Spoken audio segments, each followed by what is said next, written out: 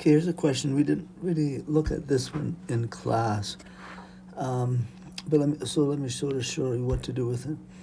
It says I've got some hydrogen, ammonia, carbon dioxide, and nitrogen all in a tank, and the total pressure is 800 torr. And so they say, what's the partial pressure of each gas?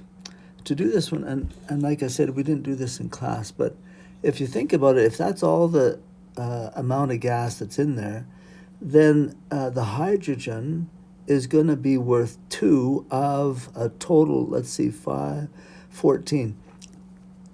So if you add all the moles together, 2 plus 3 plus 4 plus 5, if you add all those together, you get 14.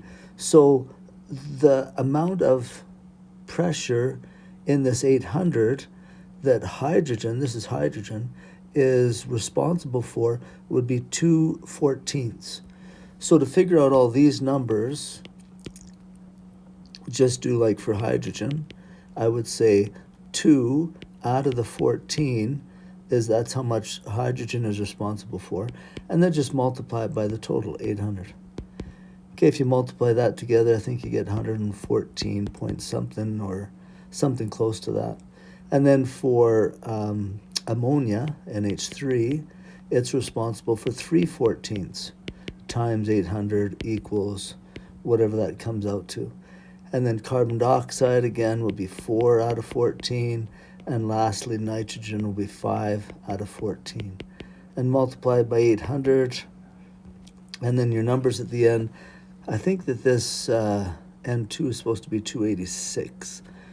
I saw a few people do that, and I think 286 was the right number there.